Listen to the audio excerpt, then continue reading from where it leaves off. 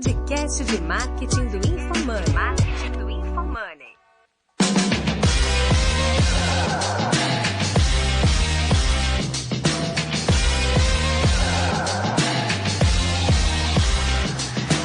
Eu sou @Guilherme_Lippert. Minha expectativa para esse episódio é poder aprender um pouco mais sobre o que a Melius fez para crescer tanto aí nesse tempo. Eu sou @FernandoMiranda777 e minha expectativa é saber se a minha ação de Cash 3 vai continuar triplicando de valor todo ano. Eu sou @LucasMarquesPF. Minha expectativa também é aprender muito com esse bate-papo aqui.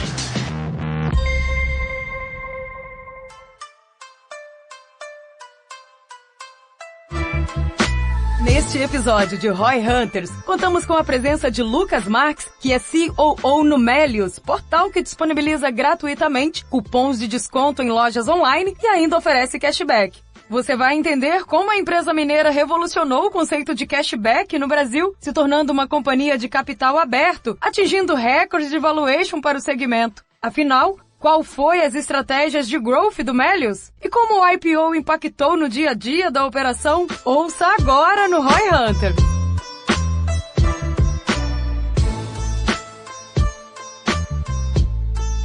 Lucas, eu queria que você começasse dando pra gente um overview do que a Melius faz, por que a Melius se tornou uma empresa tão sexy na bolsa, todo mundo quis ser sócio de Melius. Eu vi um episódio do Primo Rico há um tempo atrás, dele investiu R$1 milhão em Melius e virou quase R$4 milhões, e aí todo mundo ficou interessado e a Melius vem dando show aí na bolsa, né, cara? O que faz de Melius tão especial? O que vocês fazem, cara? Eu acho que o primeiro ponto tem muito a ver com como a gente decidiu ir pra bolsa, né? Porque tem alguns empreendedores, e aí sem julgamento de valor, faz parte, que o motivo dele ir para a bolsa é fazer uma secundária, né? Isso é vender parte das ações que ele tem e fazer dinheiro com aquilo, né? Realizar um pouco tudo que ele construiu. Eu acho isso super nobre, né?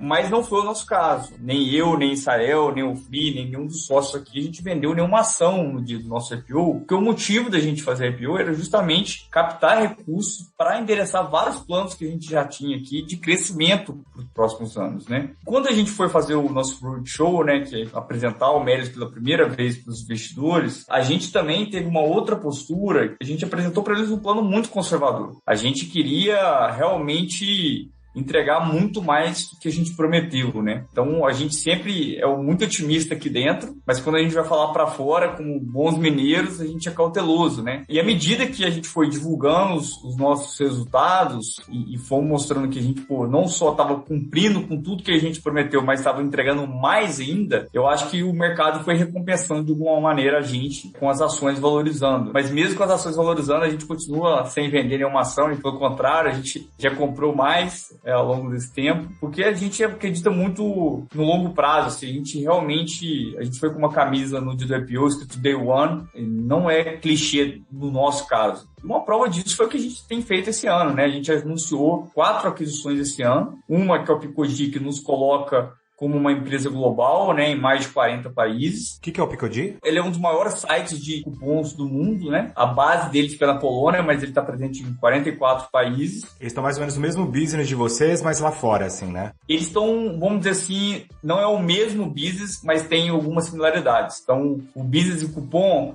ele tem uma similaridade que, ele é muito forte em tráfego orgânico, direto. Isso não é um business que fica gastando muito dinheiro para adquirir usuários. A diferença é que, no caso eles não têm, na verdade, usuários, têm visitantes, né? E a tese que a gente comprou eles e que a gente está fazendo lá é transformar eles em um site de cashback. Porque aí a gente, além de todos os benefícios que ele já tem, a gente começa também a ter a retenção do usuário, né? E criar as cohorts que vão garantir o nosso futuro, né? Então, a gente fez a aquisição do Picodi. Além da aquisição do Picodi, a gente fez a aquisição da Acesso Banking, que nos permite, né? A gente já estava entrando no setor de serviços financeiros desde 2019.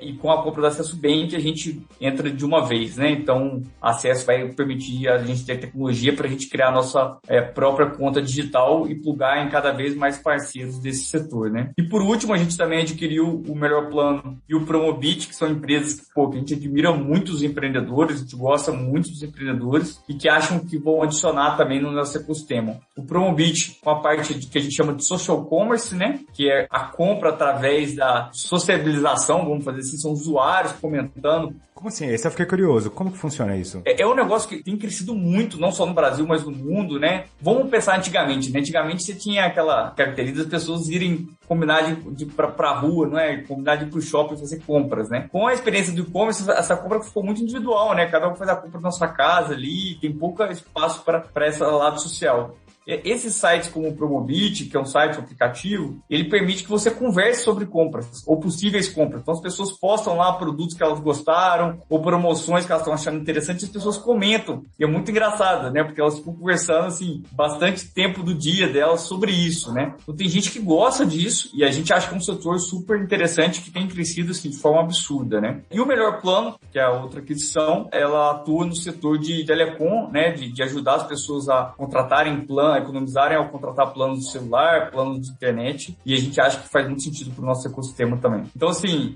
mais day one que isso, acho que é impossível, né? A gente está realmente muito animado, para a gente é só o começo da jornada mesmo. A gente teve um episódio aqui que a gente falou, Lucas, muito da questão, a gente falou bastante da questão de growth versus focar em lucro. E a gente vê que a Melius, como tu tá dizendo aí, ela tem muito esse foco no crescimento, né? Fez o IPO ali, era day one. Como que tu vê essa questão, assim, no caso da Melius? O foco é muito no growth, mas pelo que eu sei, a gente tem, obviamente vocês têm lucros e vêm lucrando ao longo do tempo, mas como que vocês trabalham isso dentro da Melius? Acho que a pergunta é muito boa. Quando a gente foi pro IPO, a gente não só estava crescendo de maneira absurda, mas crescendo também o lucro, né? Porque no momento foi o que a gente achou que era o mais correto para se fazer. E que momento que vale você sacrificar o lucro para crescer ainda mais? Pô, quando você acha que isso é a melhor alocação de recursos. Isso é, pô, eu vou deixar de lucrar R$100 hoje, mas eu vou colocar na aquisição de usuários que vão me gerar R$200 no futuro, né? E a gente acha que agora, com os serviços financeiros indo muito bem, voltou a esse momento, né? A gente tem tido muito sucesso na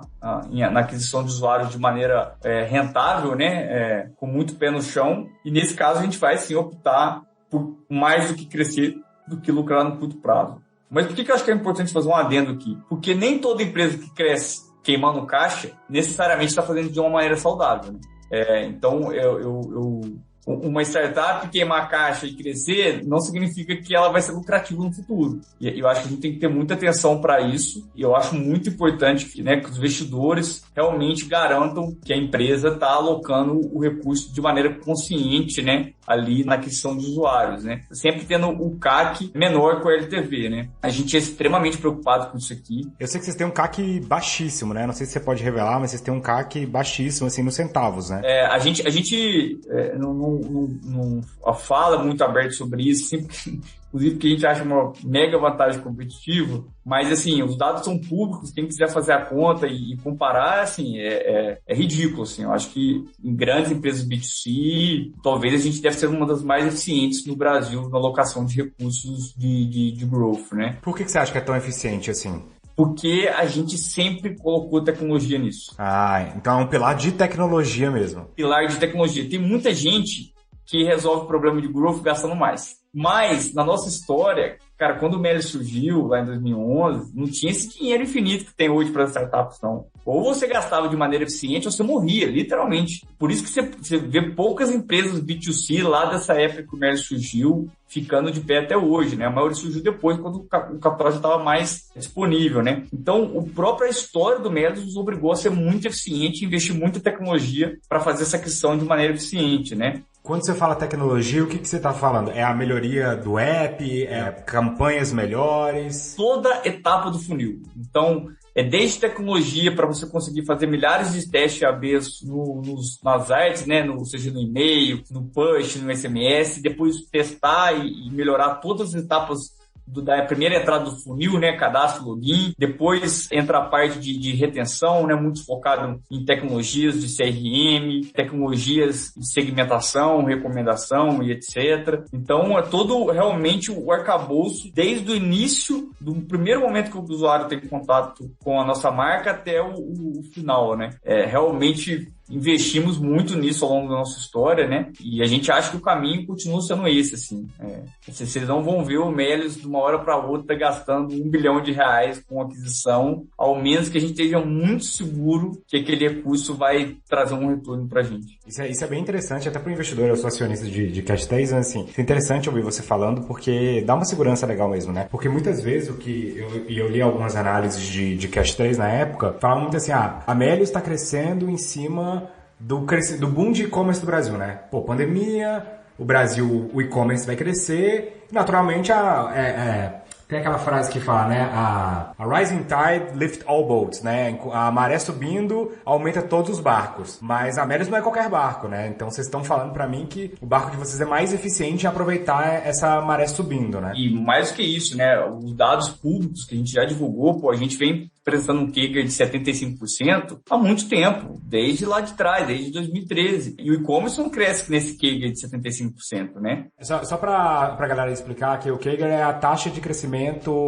Acumulada, não é? É a taxa de crescimento acumulada. Não é bem acumulada, porque é como se fosse uma média, né? Falando de uma maneira meio tosca, em média o Melius cresceu 75% todo ano. Um jeito simples de explicar isso, mas... E que é muito mais que o e-commerce, que cresceu todo ano, né? E mais do que isso, a gente gastando muito menos. Eu falo, cara, o Melius passou por Dilma, passou por crise toda, passou por momentos ruins do e-commerce, passou por momentos bons. A pandemia, inclusive, ela nem foi tão benéfica assim pra gente, porque um dos setores mais importantes pra gente no Melius, antes da pandemia, era o setor de viagem, representava 10% do nosso faturamento e foi pra zero, né? Então, o fato da gente ter crescido forte na pandemia foi um excelente sinal também, né? E eu acho interessante falar isso, porque a gente teve uma outra entrevista há um tempo atrás com um gestor de fundos, e ele falava que, ele gosta de investir em empresas que têm um motor próprio de crescimento, né? Que elas não estejam só surfando uma onda. Então, muito antes da onda do e-commerce, já estavam crescendo baseado nesse pilar de tecnologia, né? E eu acho interessante você falar isso, porque eu vejo hoje muito movimento nesse sentido. A XP mesmo agora acabou de promover o CTO da empresa CEO, né? Meio que fazendo um compromisso público em ser a maior fintech do mundo. E aí, eu acho interessante falar um pouco mais sobre isso, porque o que eu vejo hoje, principalmente da galera do meu mercado, que é infoproduto, mas de outros mercados também, é que o pessoal sempre tá buscando muito hack, mas tem pouca gente pagando os devs ali para poder realmente encontrar formas melhores de serem feitas, né? Eles estão sempre ali pregando qual que é o próximo pulo do gato, a próxima sacada, esperando alguém desbravar para eles. E antes mesmo de ser uma coisa comum, o e-commerce no Brasil, vocês já estavam ali tentando descobrir um caminho próprio, né? E eu acho que isso é uma sacada legal, galera. Pagar os devs aí para poder ajudar na tecnologia.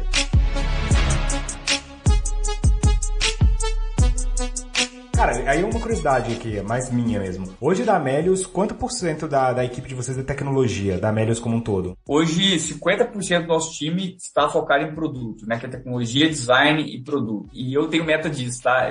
Uma das minhas funções do Melius é tocar o nosso time de RH. Por quê, tá, gente? Um erro que eu já vi várias empresas de tecnologia cometendo, né? À medida que vai crescendo, né? Vão inflando outras áreas da empresa. E a gente fala, a gente resolve o problema de marketing com produto. A gente resolve o problema de comercial é com produto, né? A gente é uma empresa de tecnologia, né? Então, a gente tem muito esse foco desde o começo. O Israel, nosso CEO, né, meu sócio, ele começou a carreira dele programando, né? Com 13 anos ele aprendeu a programar, começou a vender site e tal. Então ele tem muito uma cabeça de produto, assim. E ele faz com que a gente nunca perca essa essência da onde a gente surgiu, né? Eu tenho uma curiosidade também, que é até mais minha, assim. Quando a gente fala de IPO e o que vocês já fizeram aí nesse último período, como que isso afeta tu especificamente, Lucas? Que é um C-level ali dentro, sócio também, mas como que isso afeta quando vocês fazem um IPO? O que muda na tua vida, no teu dia a dia? É muito engraçado porque, no geral, as mudanças foram muito positivas, tá? Eu vou dar um exemplo bem prático, assim, que aconteceu de fato. A gente fez o IPO no comecinho de novembro, né? E, novembro é o mês da Black Friday, né? E dezembro é o mês do Natal. Então, é a época mais importante pro Melius, assim. Então, assim que acabou o IPO, eu e meu time de growth, a gente começou a trabalhar de forma insana. A gente sabia, assim, seria a nossa primeira divulgação de resultados, seria sobre a Black Friday, né? Então, como que a gente faz a Black Friday, mais ou menos? Temos que fazer um negócio, assim, excepcional. Então, a gente trabalhou muito no Natal. Pós-Natal, deu uma folga pra turma. E quando a gente voltou em janeiro, a gente divulgou os resultados operacionais, né, da Black Friday do último tri. E a ação explodiu, assim. Por que isso foi muito bom? Porque pro meu time foi um mega reconhecimento. Acho que muito melhor do que antigamente eu falando, parabéns, time, vocês mandaram bem. Foi como se fosse o mercado dizendo, parabéns, vocês trabalharam muito, conseguiram um resultado excepcional. Então, assim, meu time ficou muito feliz e, pô, ainda mais animado para entregar resultados excepcionais, né? Então, acho que essa foi uma coisa muito boa, assim, numa empresa que, pô, o time trabalha como dono, para ser dono, né? É uma característica muito comum lá do Melius. Vocês têm programa de partnership lá? Temos muito agressivos. Só pra você ter uma noção do tanto que a gente é agressivo, a gente foi pro IPO com 138 pessoas no time, sendo que 25% já eram sócios do Melius. Então, assim, eu desconheço alguma empresa que tem uma porcentagem tão grande de sócios, né, em relação ao total, assim, de pessoas. Então, o time ficou muito feliz, assim, muito feliz. Pessoalmente falando, obviamente, eu não vou falar que eu tô trabalhando mais, porque eu sempre trabalhei muito, né, então eu estarei mentindo, né, mas eu acabo gastando um pouco do meu tempo, não muito, com relações com investidores, né. Às vezes o investidor quer entender um pouco melhor da estratégia de growth, um pouco da estratégia de gente, né, e eu, nem sempre, mas quando eu posso, eu tento bater um papo com eles e dividir um pouco das coisas que a gente acredita aqui no Melius. Você pode revelar um pouco mais da sua estratégia de growth hoje? Não precisa de revelar os seus canais de aquisição, mas assim, qual que é a estratégia central de vocês, cara? Como que vocês crescem? É interessante essa pergunta, Fernando, porque os investidores fazem ela também, né? E eles gostariam de uma resposta objetiva, direta e rápida, né? Mas, pô, quanto mais eu estudo de growth, e agora, pô, a gente está fazendo uma super mentoria com o Google, converso com gente de fora do Brasil, né? Que são pô, no Brasil ainda a gente está engatinhando em growth. Mas eu tenho certeza que, assim, não existe bala de prata. Growth é uma arte de você fazer várias coisas muito bem, testando, otimizando, analisando, testando, otimizando, analisando e fazendo essa roda geral o tempo todo. Então, há muito tempo eu já desacreditei de ter algum foco específico. Então, o que a gente faz é realmente ir melhorando cada uma das etapas do funil, cada um dos processos e, obviamente, né, trazendo gente boa para nos ajudar nesse desafio. Né? Eu acho interessante você falar isso porque muitas vezes eu vejo, e no mercado de infoprodutos, que é o mercado que eu vejo muito disso. Tem a galera que é os aprendedores ali, que estão sempre comprando um curso para aprender qual que é a fórmula mágica para crescer. Então, o cara quer aquela marretada de ouro que vai fazer o negócio dele dobrar. Tem a galera que procura sistemas perfeitos, aí ele compra todos os cursos, não faz nada, mas ele compra todos os cursos para aprender um jeito, e pelo que eu tenho visto, você tá falando, é fazedores, né? Na verdade é botar a mão na massa, testar muita coisa, colocar muita coisa na rua, pra aí você descobrir aquilo que é o motor de crescimento ideal pro seu negócio, né? E não ficar tentando... Vou criar um curso, vou cobrar R$1, aí a pessoa vai entrar no curso e falar assim, não tem fórmula mágica, vai testar. É só isso o curso, vai lá, mão na massa. É, só esse curso, R$1, e vai ser o curso maior ROI da história da pessoa, né? Curso mais valioso da vida. E assim, é muito legal isso, né? Porque, assim, existem algumas áreas que você tem um by the book mais pronto. Vou dar um exemplo. OKR, que é um sistema de gestão que a gente usa aqui, né? Você tem aquele livro Measure What Matters, que é muito bom. E realmente, cara, assim, óbvio que você não tem que aplicar aquilo lá cegamente, tem que adaptar um pouco ali para a realidade da sua empresa. Mas, cara, é relativamente um caminho muito bom. Quando fala de growth, cara, não dá para ter esse approach, assim. Não existe essa fórmula mágica. Porque cada empresa é diferente da outra, cada cliente é um diferente do outro. Inclusive, eu estava conversando com esse cara do Google, que tocou o Google Global, né, o Growth Global do Google, e ele falando para mim assim, como é interessante na experiência dele, que até empresas, às vezes, do mesmo segmento, olha que engraçado, mesmo segmento, concorrentes, aplicaram estratégias diferentes e ambas com sucesso, né? Então, isso é muito louco, assim. Então, eu realmente não acredito em fórmula mágica quando se fala de growth. Eu acredito em análise de dados, em teste, em repetir isso de forma exaustiva, né? Até e otimizando sempre. E, inclusive, tem uma coisa também que eu sempre falo, que pode ser que alguma coisa está dando certo hoje, não vai dar amanhã.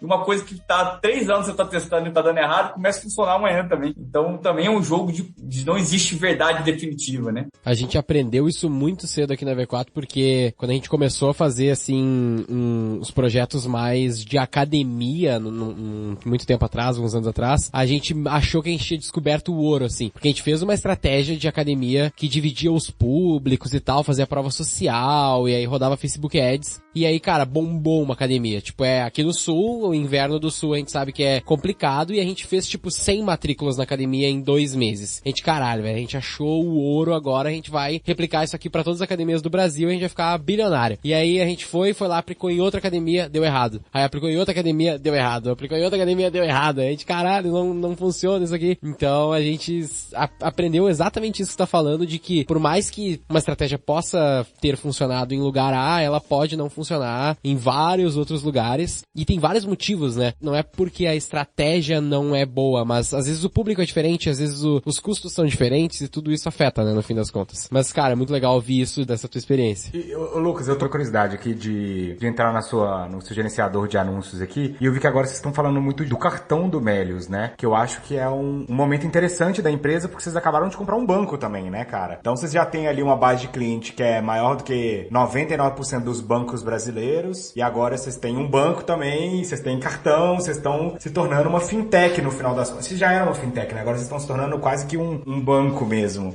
E, cara, aí é um jogo de peso pesado, né, cara? Você tem instituições centenárias, você tem muito caixa, BTG, XP, todo mundo aí. Como é que você tá se sentindo entrando nessa briga de gigantes aí, cara? A gente tem uma visão do setor de serviços financeiros um pouco diferente de alguns players, assim. A gente, inclusive, eu até acho difícil definir o Melius como uma fintech, porque a gente é tanta coisa, eu vejo a gente muito mais como um hub, sabe? A gente conectando usuários a serviços financeiros, sejam do Melius ou de parceiros. Então, para mim, eu quero entregar o que for melhor para o usuário. Então, e se for preciso fechar parceria com todas as empresas de seguro do Brasil, a gente vai fechar e vai entregar isso para ele. O próprio Melius Empréstimo, que a gente lançou a MVP mais ou menos acho que 2 meses, né? É uma MVP ainda. Ele está conectado a várias instituições, inclusive essas centenárias que você comentou, né, grandes bancos, né? Então, o nosso approach no setor de serviço financeiro é o mesmo que a gente fez no e-commerce. A gente quer conectar parceiros a usuários e ajudar eles. Eu quero ajudar bancos a venderem mais e melhor, do mesmo jeito que eu quero ajudar os nossos usuários a economizarem mais, né? Ou comprarem melhor, né?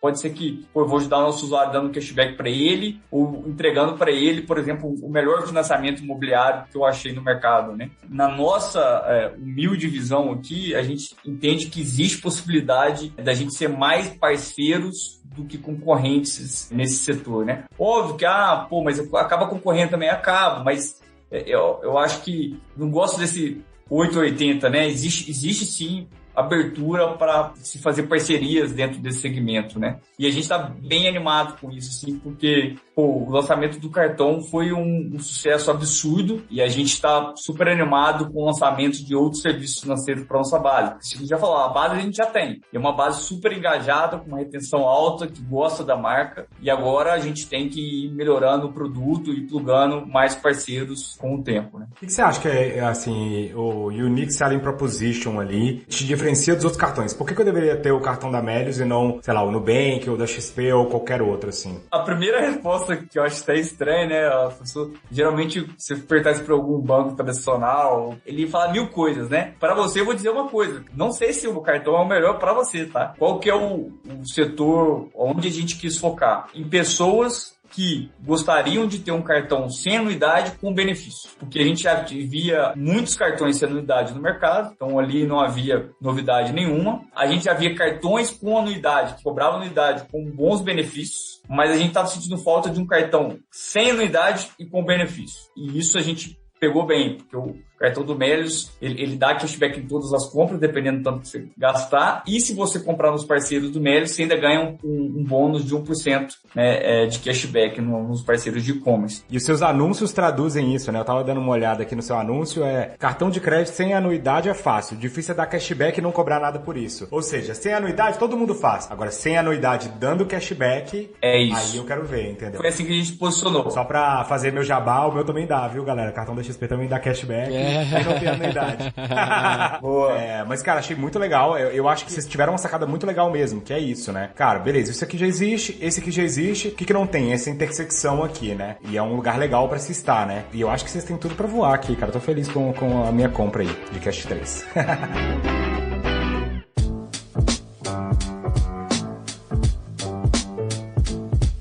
assim, até pra eu poder entender melhor, eu até dei uma olhada no site, mas eu queria ouvir de ti, Lucas. Qual que é, tipo, a missão da Melius geral, assim? Tipo, o nosso objetivo de empresa é X. O que é? É muito engraçado, né? Porque o Melius, como eu falei, é uma empresa de empreendedores, né? O empreendedor gosta de criar as coisas, né? E aí teve uma época que a gente começou discutir no Melius qual que era a nossa missão, né? Nossa missão. Só que acontecia, toda hora que a gente definia a nossa missão, alguém falava, não, mas essa ideia aqui não encaixa nessa missão. E eu acho que a gente tem que fazer ela um dia. Então a gente começou a ver que aquele negócio começou a limitar a gente começou a ficar até um pouco irritado, sabe? Aquela situação, assim. Então a gente acabou que, definiu uma missão, assim, mas que ela é tão abrangente que a gente falou, não vamos nem ficar falando muito disso. Pode parecer sonhador demais. Mas é engraçado que a gente adquiriu o Melhor Plano, né? E eles têm uma missão que a gente até falou, agora a gente vai começar a usar a frase de vocês, né? Que é ajudar milhões a economizar bilhões, né? A gente falou que a única coisa que a gente vai mudar é que a gente agora tem que ser ajudar bilhões a economizar trilhões, né? Uma vez que a gente está ficando cada vez maior. Para mim tem uma coisa que é muito clara. A gente sempre vai estar conectando usuários a parceiros da melhor maneira possível. E que seja de uma maneira ganha-ganha-ganha, né? Que seja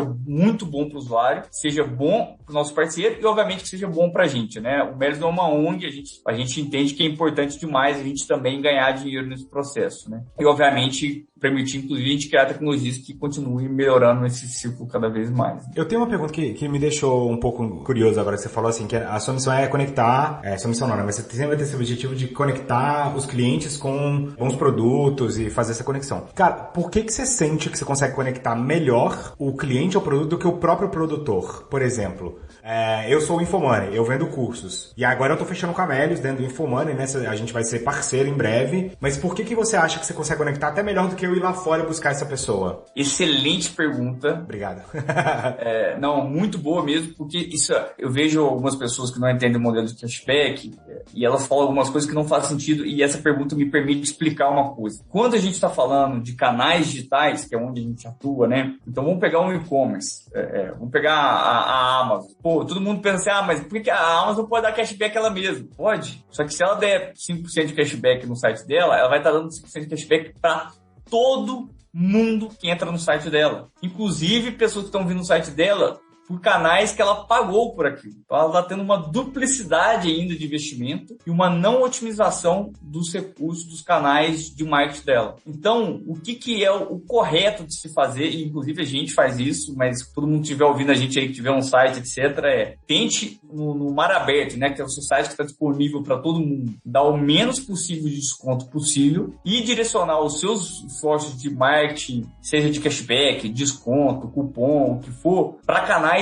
específicos, porque assim você consegue aumentar suas vendas otimizando o seu recurso de marketing. Então, o motivo é tão simples quanto isso. Para as marcas, né, para as empresas, para os e-commerce, para os bancos, etc., usar canais mais específicos ajudam eles a otimizar o gasto, o recurso de marketing, né? Além disso, vamos pensar um outro caso aqui, né, Fernando? Eu vou adquirir, por exemplo, 100 usuários. E esses usuários eu vou diluir o custo que eu tive com eles, porque eles vão comprar um pouquinho em Natura, um pouquinho em Magalu, um pouquinho em Submarino, depois eles vão comprar uma viagem comigo, etc. Tal. E aí imagina que o e-commerce que vende joias, que adquirir esse mesmo usuário. Mas esse usuário só vai comprar a joia lá uma vez. Ou talvez, se ele fosse fazer por conta própria, sozinho, ele teria um custo mais alto do que fazendo comigo. Então, e a gente tem esses dados, né? Não são abertos, mas a gente tem esses dados.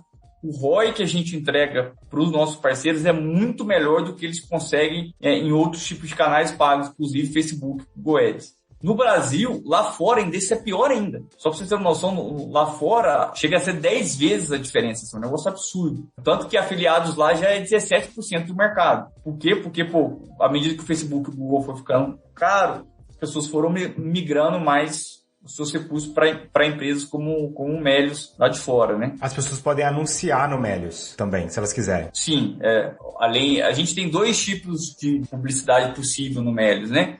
Uma corresponde à maior parte do nosso faturamento, que é por performance, né? Então você paga uma comissão só quando te gera uma venda de fato, e é bom porque essa daí tem um ROI garantido, né? Se só me paga, se eu gerar venda, né? E a outra que a gente chama de placement, que aí é realmente comprar espaço, comunicação, etc. Quando o parceiro quer fazer uma campanha super específica especial e quer garantir que nossa base vai receber a comunicação. E aí a gente, obviamente, comercializa isso também. Tem que chegar naquele lugar ali onde a Amazon ganha mais dinheiro com publicidade do que ela gasta com publicidade. Imagina o dia que você ganha mais dinheiro com placement do que você gastar com Google e Facebook, né? Não, hoje a gente é assim, né? Hoje... Já vocês ganham mais dinheiro com placement do que vocês gastam com Google e Facebook?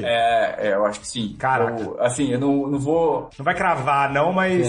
Posso cravar, sim. Eu acho que Caraca. é maior, sim. Isso eu acho que é o sonho, né, cara? Porque eu acho que a gente gastou... No final do dia, minha memória não tá boa com os números, né? Mas os números são públicos lá. Se você vê o tanto que a gente gastou com marketing e pode estimar lá que 10% mais ou menos do nosso faturamento é placement, você vai ver que a gente tá ganhando mais com publicidade do que gastando com publicidade. E assim, se for diferente, tá errado, né? Sendo muito transparente e sincero, assim, porque eu acho que o nosso foco é esse, né?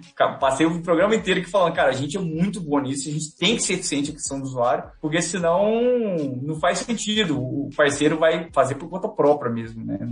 A gente deixa de ser um canal otimizado e passa a ser um canal, sei lá, desnecessário. E como que a pessoa faz se ela quiser virar um parceiro da Melius? Qual que é o caminho? Tem uma coisa que a maioria das pessoas não sabe, né? A gente é muito restritivo em relação a novas parcerias, né? Em geral, o e-commerce ele tem que ter um tamanho já um pouco mais razoável para a gente fechar parceria por uma questão de otimização aqui, de integração e para a gente garantir uma boa experiência para os nossos usuários, né? Mas lá no nosso site mesmo, ela consegue ver lá embaixo no botão, seja nosso parceiro e a pessoa consegue mandar o e-mail e nosso time entra em contato, né? Isso falando de e-commerce. A gente tem feito muitas parcerias também com a indústria, né? Então, com Ambev, Coca-Cola, Heineken, Nissin, Pernod Ricard. Então, um tipo de cashback que a pessoa ganha tirando foto da nota fiscal. Não sei se vocês já usaram, senão eu recomendo. Sempre tem algumas coisas bem boas. É um produto novo, tem um ano e meio de produto só, de MVP,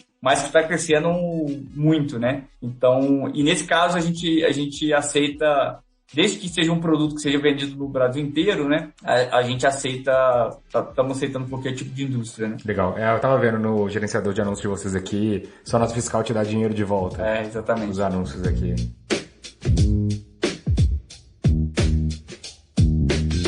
Eu tenho mais uma pergunta, Lucas, e do que eu tinha anotado, pelo menos é a minha última dúvida, que é relacionado a um ponto que falou um pouco atrás do time, né, que tu disse do engajamento do time e tudo mais. A pergunta é até relacionado à estruturação desse time. Quão difícil foi estruturar o time que tu tem hoje? Quais talvez seriam as dicas que tu tem para a estruturação de times do que tu tem aprendido aí ao longo do tempo na Melius? Para mim, não tem segredo, mas a execução é muito mais fácil de falar. Para mim, é fazer processos seletivos muito rigorosos. Tanto tecnicamente falando, então no Melius a gente tem 3 etapas, né? A primeira é RH comum, que toda empresa tem, né? Análise de currículo, aqueles testes mais básicos, conversa com RH. Uma segunda etapa que é técnica, e aí a gente já sobe um nível absurdo, que é para garantir realmente que a pessoa tem uma qualidade técnica impecável, seja através de entrevistas ou de testes, mas a gente tem uma etapa a mais aqui no Melius, que essa aí é a mais difícil de todas, que é a etapa de cultura. E aí a gente não avalia nada técnico, a gente avalia se a pessoa tem a cultura Melius para poder trabalhar aqui, né?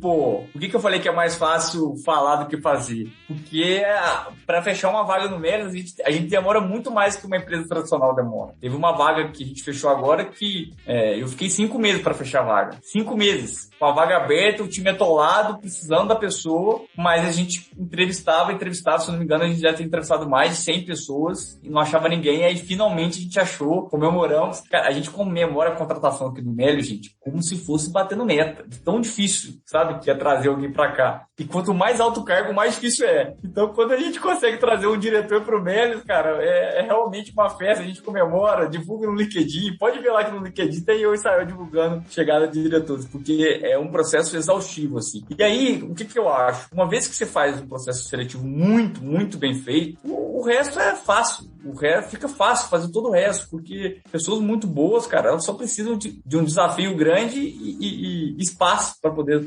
trabalhar, né? Então, esse é o nosso segredo, que é fácil falar, mas é bem difícil de executar. Viu? Tem algumas literaturas que a gente já acompanhou aqui que elas falam que chega a alguns momentos de maturidade da empresa que tu tem que começar, ou que tu, não que tu tenha que começar, mas que tu acaba necessitando, vamos dizer assim, de baixar um pouquinho a régua, sabe? De tipo, não, eu posso aceitar ter pessoas que não necessariamente são 100%, mas é porque eu preciso de muita gente pra escalar. Tu acha que existe esse momento, ou que, cara, não importa, eu vou levar 5 meses, mas eu vou contratar só quem for absolutamente 100%? Mas assim, eu vou só, antes de fazer um comentário, porque se o Lucas falar que não precisa é porque ele tem o luxo de ser uma startup, de ser uma empresa digital, né? Você imagina o cara que tá construindo uma obra e falar assim, não, só vou encontrar pessoas aqui pra trabalhar na minha obra que são 100% alinhadas com a cultura da minha empresa, né? Então depende da empresa também, né? Acho que o Fernando já trouxe um ponto. Você acha que, não sei se existe uma resposta que vale pra todas as empresas, mas no Melios a gente já tomou decisão há muito tempo e a única vez que a gente abriu mão dessa decisão foi o maior erro da nossa história. Inclusive a gente contou no nosso livro, né? Mas, cara, no Melios a gente não vai abrir mão disso. Assim. E eu acho que talvez se aplique pelo menos para a maioria das empresas de tecnologia. Por quê? Porque o nosso ativo são pessoas, né? A gente não tem fábrica, não tem mina, a gente não tem gado, a gente tem um tanto de gente boa ajudando a gente a construir os produtos do futuro. Então, no nosso caso, eu acho totalmente possível continuar sendo muito rigoroso. Inclusive, eu acho que até facilita, tá? À medida que vai crescendo. Por quê? Porque, o Melios hoje é muito mais famoso que era em 2014. Gente, para eu contratar pessoas excelentes em 2014, eu tinha que quase dar um show pra pessoa. Meu Deus do céu, era tipo assim... Não, toma 10% da empresa, vem, por favor. O cara salva muita saliva, muita saliva. Agora não, agora tem muita gente muito foda se candidatando, porque às vezes vira acionista nossa, começa a ver os podcasts, gostaria de trabalhar lá e ajudar eles nesses desafios. Então, hoje tem sido muito mais fácil trazer pessoas excepcionais do que era lá no começo. É a mesma coisa, XP foi a mesma coisa também. A gente chegou, não tava aqui ainda, né? A gente chegou a dar 10% da empresa para um estagiário não sair. Eu sei esse caso é muito bom. Hoje 10% da XP vale 10 bilhões de reais. Nossa, que loucura. Eu até trago essa visão, essa pergunta ali, Lucas, porque, por exemplo, a gente trabalha com muita venda, né? A V4, a gente fala muito de vender, obviamente, que esse é o nosso core, vamos dizer assim, e a gente vende muito aqui para várias empresas, mais de 300 negócios contratam a V4 todos os meses, então a gente tem muito vendedor. E aí algumas das discussões que a gente tem é tipo assim, eu vou ter só vendedores que são muito fodas, vendedores que vão vender aqui, que no nosso caso um vendedor que vende 100 mil de MRR, por exemplo, né, de receita mensal recorrente, ele é um ótimo vendedor, um vendedor muito bom. Eu vou ter só vendedores que vendem 100 mil, ou eu vou ter um monte de vendedor que vende uns 35, 40 mil, que não é fácil, mas é mais fácil do que 100 mil. Daí a gente fica nessa dor, porque leva tempo pra formar um vendedor pra esse cara vender 100 mil, só que ao mesmo tempo eu preciso ter muita gente vendendo, porque o jeito que a V4 cresce também é bastante acelerado. Então a gente tem sempre essa, vamos dizer assim, essa sinuca de bico, né? Mas deixa eu te falar, talvez não exista sinuca de bico aí. Sabe por quê? Por exemplo, tá? Você pode ter as pessoas que são fodas, que já são mais seniors, ela tem mais experiência, então por isso que ela vende mais. E as pessoas que são júniors ou plenas, que são fodas, mas estão com começo de carreira. Eu separo muito bem isso, assim, sabe? O que é uma pessoa foda de uma pessoa com mais experiência que outra. Vou dar um exemplo bem prático, né? Eu fui treinado na Ambev. Minha turma tinha 21 pessoas. O processo seletivo teve 70 mil candidatos. Passou 21 pessoas. A galera da minha turma ninguém tinha mais de 1 ano e meio de experiência. Então, tipo assim, vamos dizer, todo mundo calouro, cabaço, né? Não sei se essa expressão é brasileira, mas todo mundo já era muito foda, assim, uma galera muito esperta, que aprendia muito rápido, com um raciocínio muito bom. Então, talvez, a única coisa que você vai ter que ajustar é, eu vou lá nas universidades, né, pegar os recém-formados ou estagiários ali, que são fodas e que vai virar o meu vendedor de 100 mil daqui a pouquinho tempo, né, daqui 2, 3, 4 anos no máximo, esse cara consegue virar. E, gente, acredita nisso, sim, porque hoje tem vários atuais sócios do Melios que entraram como estagiários e foram crescendo e hoje, assim, são pessoas que eu admiro profundamente, muito competentes, então eu acho que isso faz parte, assim. Aí o que não dá, o que a gente não gosta, é de pegar aquele cara que teve, aquele cara pleno, mas que é mais ou menos, sabe? Aquele cara que, tipo assim, você fala, nossa, esse cara não vai pra frente e tal, aí não dá, aí esse perfil, a gente não, no nosso caso, a gente não gosta muito, não. Tem que estar 100%. Faz muito sentido. Cara, acredito que, pelo menos dos meus pontos aqui, era mais ou menos isso. Não sei se tu tem mais algum ponto aí, Fernando. Cara, só queria te agradecer aí pela participação. Achei bem legal conhecer melhor a empresa. Vou acelerar o meu processo aqui de parceria com a Melios, porque eu quero ver a gente ganhar muito dinheiro junto aí. Tamo junto, meu cara.